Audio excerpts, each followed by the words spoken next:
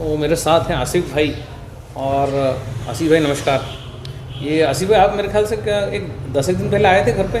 जी cancer को लेके कुछ आपका जो क्यूरी था कि आपके गले में जो था जी जो एक गठान आपने मुझे बताई थी, और मेरे ख्याल से बायोप्सी और सारी चीज़ें हो चुकी थी। नहीं, इसमें एफएनएसी हुआ था, एक सुई डाल के जो बायोप्सी जैसी जांच होती है वो हुई थी। और उसमें ये बताया गया था कि ये जो गांठ है कैंसरस है। आप थोड़ा हाथ लगा के बताओ कहाँ थी गांठ ये आपको? यहाँ इस जगह। Okay okay. वो उस दिन तो काफ़ी दिख रही थी जी। आज से 10 दिन पहले, शायद 10 ही दिन हुए मेरे को लगता है। 11 दिन हो गए सर, 11वां दिन है। और आपने ये भी मुझे बताया था कि डॉक्टर ने बोला है कि हम इस गांठ को निकाल देंगे क्योंकि ये कैंसरस है, और इसके बाद हम वो जो थायराइड ग्लैंड जो है उसको भी निकाल देंगे। उन्होंने 2 संचय पैदा कर दिए थे सर दिमाग में। पहला तो उन्होंने कहा था कि ये हमारी जो जांच है उसमें हमने जो तपास किया है उससे हमें मालूम चला है कि इसमें कैंसरियस तत्व हैं, लेकिन श्योरिटी नहीं है। आप जब ऑपरेशन कराएंगे तब उस समय हम आपको टेबल पर रखेंगे, 15 मिनट में ये जो टुकड़ा निकाल के 15 मिनट में इसकी जांच आएगी, which is called frozen test. वो टेस्ट होने के बाद में हम बताएंगे कि अगर कैंसरियस है तो ये दूसरा वाला ग्लैंड भी निकालना पड़ेगा, ऐसा उन्होंने बताया। अच्छा। और मतलब पहले तो गांठ निकालेंगे जी, उसको टेस्ट कराएंगे। उसको टेस्ट करेंगे जब तक ऑपरेशन टेबल पे रहेगा व्यक्ति। अच्छा। और उसके 15 मिनट बाद रिपोर्ट आती है जिसको कहते हैं फ्रोजन टेस्ट। ओके। अगर वो कैंसरियस नहीं है तो एक ग्लैंड तो आपका निकल चुका है जो बाहर हो चुका है। अगर वो कैंसरियस आता है तो उसके इसमें दूसरी वाली ग्लैंड भी निकाल दी जाएगी। ओके। दोनों थायराइड की ग्लैंड निकाल दी जाएगी। ओके। ऐसा उन्होंने मुझे बताया। और जब पहली हमने तपास की थी उनके साथ तो उन्होंने काफ़ी हमें मतलब डरा दिया कि आप 4 दिन में भर्ती हो जाइए, आपके पास में एक एक समय एक एक दिन कीमती है और ऐसा। और सिटी स्कैन के दौरान उन्होंने बताया कि कोई जो गठान है वो अंदर की तरफ बढ़ रही है। बहुत सारी बातें बताई जो कि मैंने आपके साथ शेयर की थी। और आपने जो पद्धति मुझे बताई, हाँ, मैंने आपको बताया था कि रामचरितमानस आधारित एक भोजन पद्धति है जिसमें हमको फास्टिंग ज़्यादा करना है और इसी तरीके से खाना है।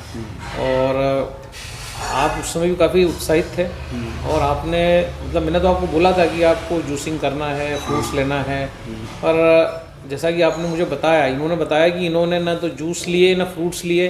इन्होंने जो है सुबह से सिर्फ जो है, मैंने इनको बोला था कि आप आंवला जूस लें, एलोवेरा जूस लें कैंगन पानी में मिला के, लेकिन इन्होंने जो है ना तो किसी प्रकार का कोई जूस लिया ना कुछ लिया। सीधे सुबह उठ के जब भी इनको प्यास लगी इन्होंने कैंगन पानी 9.5 pH का पीना स्टार्ट किया, और उसके बाद इन्होंने 11.5 pH के पानी से एनीमा लिया जैसा मैंने इनको बताया था।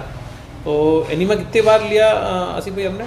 सर मैंने पिछले जब पहली बार मैं आपसे मिलके गया था, जब आपने मुझे बताया था कि 5 से 6 बार, तो एक हफ्ता मैंने 5 से 6 बार कंटिन्यूसली लिया है। हाँ, मतलब एक के बाद एक लिया, फिर लिया, मतलब एडमिट ही हो गया था जी बाथरूम में। जी मतलब जी 5-7 बार कंटिन्यूसली मेरा लिया। 2 घंटे का समय जाता था उसमें। मतलब मैं कम से कम उसको रख करके। उसमें आपको क्या कुछ निकला? जैसे वो जो एनीमा आपने 11.5 से लिया, उसमें आपने कुछ नोटिस किया कि कुछ गंदगी निकली है? बहुत सारी चीज़ें सर, बहुत गंदगी निकली है ना। और आप फिर कब आप भोजन करते थे और क्या करते थे, क्योंकि ये जो गांठ आपकी बिल्कुल दब गई है? पिछले 11 दिनों में मैंने भोजन के नाम पे सिर्फ 3 या 4 बार देसी घी में तला हुआ मखाना खाया है बस, वो भी आधी कटोरी। Okay okay okay. ना मुझे भी थकान है। हाँ, मैं लेकिन 3 से 4 लीटर पानी पीने का आपने मुझसे कहा था, लेकिन मैं उसकी जगह 7 से 8 लीटर पानी पी रहा हूँ। क्या बात! मतलब आप केवल 7 लीटर पानी पी रहे हैं प्रतिदिन। 9.5 pH का जो कंगन पानी है वो आप पी रहे हैं, और उसके बाद आप 11.5 pH के पानी से साइमल्टेनियसली कंटिन्यूसली एनीमा ले रहे हैं। मतलब बड़ी आंत की भी आप सफाई उसी समय कर रहे हैं। मतलब इधर हम डिटॉक्सीफाई कर रहे हैं बॉडी को, और इधर ऊपर से हम कोई टॉक्सिन डाल भी नहीं रहे हैं। तो ये रिज़ल्ट आया है 10 दिन में कि इनका जो गठान था, जो ये दिखता था, अभी हम आपको फ़ोटो में भी शेयर करेंगे, ये पूरा गठान डिज़ोल्व ही हो गया, मेरे को लग रहा है मोटा मोटा, है ना, डिज़ोल्व ही हो गया। और अब कमज़ोरी, थकान, चक्कर, सर मैं पहले से ज़्यादा फिट बेहतर महसूस कर रहा हूँ। ओके। और आपका वजन आपने नापा है इस एक्टिविटी के पहले कितना था? इस एक्टिविटी के दौरान मेरा वज़न था, पहले जब शुरू में मैंने नापा था तो वो 92 किलो था। ओके। और आज मेरा वज़न है 89। 3 किलो वज़न हमारा कम हुआ है। हम 7 लीटर पानी 9.5 pH का पी रहे हैं। जैसा कि एनर्जी कंपनी कभी भी किसी डिजीज़ को इससे क्योर करने का कोई क्लेम नहीं करती, तो हम भी कोई दावा नहीं करते, हम भी प्रयोग करते हैं। और हमारे प्रयोग था कि हम जो है अल्कलाइन चीज़ों को खाएंगे, मतलब हम कुक फूड नहीं खाएंगे, हम जो भी होगा रॉ चीज़ों को खाएंगे, हम जो भी फ्रूट्स लेंगे, वेजिटेबल्स लेंगे, और हम एनीमा लेंगे और पानी पिएंगे और फास्टिंग करेंगे। तो आसिफ भाई ने एक्चुअली वाटर फास्टिंग करी, इसको हम कैंगन वाटर फास्टिंग कहते हैं, है ना आसिफ भाई? सर इसमें एक पद्धति और आपने जो मुझे बताई थी कि आपने कहा था कि सुबह उठने के बाद में कम से कम 6 घंटे पानी नहीं पीना है। हाँ हाँ, मैंने आपको बताया था जी। तो आपने वो उसको फॉलो नहीं किया? फॉलो किया, अच्छा, उसको फॉलो किया उसको फॉलो किया। अच्छा, जब हाँ अच्छा, इन्होंने मतलब उस पैथी को फॉलो किया है। इन्होंने उठने के बाद 6 घंटे निर्जल रहे हैं, मतलब इन्होंने एक तरीके से आप को अगर मैं कहूँ मोटा मोटा तो हमने नेचुरल कीमो ही कर दिया, क्योंकि जब हम ना कुछ खाएंगे ना पिएंगे तो बॉडी खुद ही उस गठान को, चाहे वो कैंसरस हो चाहे नॉन कैंसरस हो, वो उसको डिज़ोल्व कर देगी। ये कुदरत का अपना तरीका है कीमो करने का।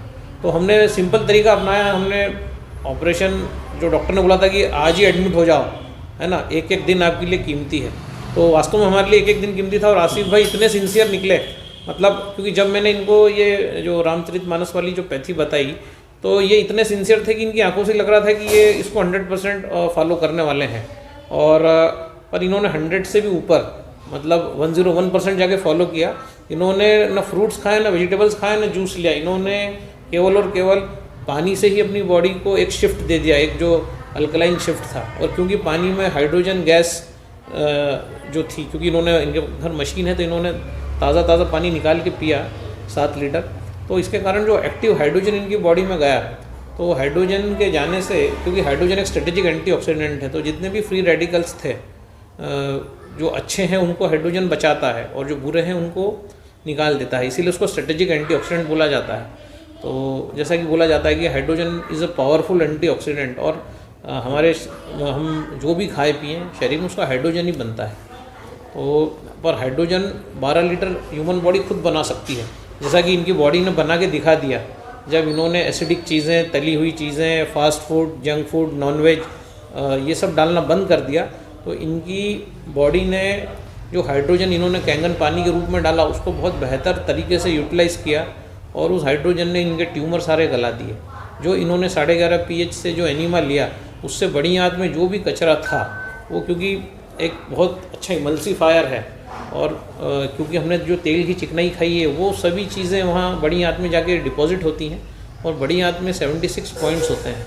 तो ये 76 पॉइंट्स जो होते हैं, जब इन पर मल जम जाता है तब आपको थायराइड, कैंसर और इस प्रकार के सारे रोग होते हैं, ट्यूमर होना, सिस्ट होना, PCOD होना।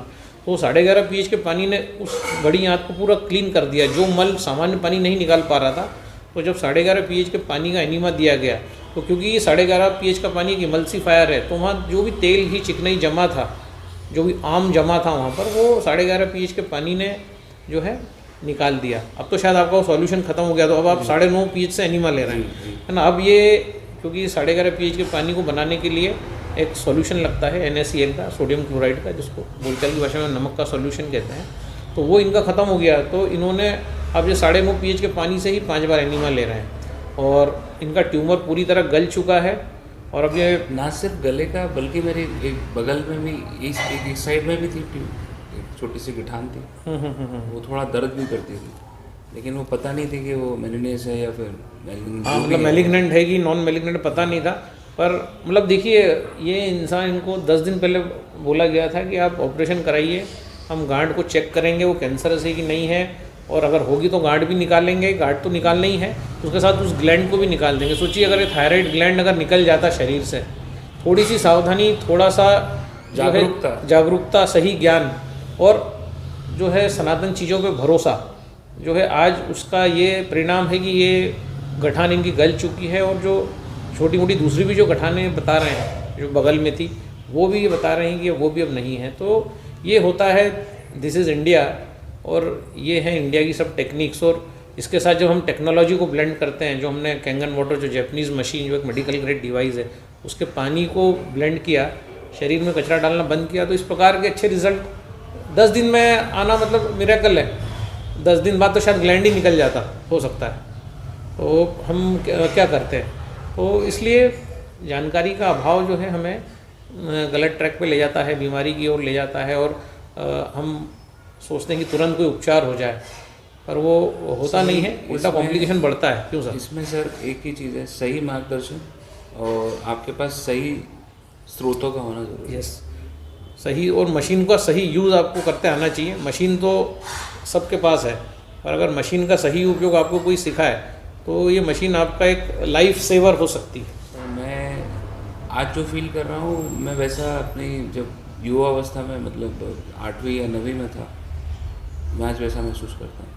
क्या बात है सर। और आपको लेटरिन बाथरूम सब प्रॉपर हो रहा है? अब तो आपको खैर मल लेटरिन होना बंद ही हो गया होगा, क्योंकि अब आप अगर कुछ खा ही नहीं रहे हैं, सिर्फ मखाने खा रहे हैं, तो अब तो एनीमा में भी कुछ नहीं निकल रहा होगा। एनीमा में भी कुछ अगर कुछ पदार्थ आता भी है, तो जैसे कभी कोई चुकंदर का मैंने जूस पिया है, तो उस टाइम में ही वो थोड़ा सा कलर बदलता है पानी का। अब बाकी आप कुछ चुकंदर का जूस भी पी रहे हैं अभी? हाँ, चुकंदर का जूस। और पूरा 9 दिन आपने पिया है? नहीं। अच्छा, वो जब भी मैं मखाने खाता हूँ, मतलब मैंने 3 दिन खाए हैं मखाने, हाँ। और उसके साथ मैं चुकंदर का जूस लिया, सिर्फ चुकंदर का जूस। ठीक है, ठीक है। वो भी कैंगन पानी में मिला हुआ? जी। 9:30 में? जी। ओके। तो ये हमने एक छोटा सा एक डायरेक्ट संवाद आपके सामने लाया हमने। इसमें इस वीडियो को कोई हम कट छट एडिट हमें नहीं करना था, तो एक नॉर्मल डिस्कशन था कि किसी भी गांठ को गलाया जा सकता है, तो ये बस ये डिस्कशन आपके सामने लाना था।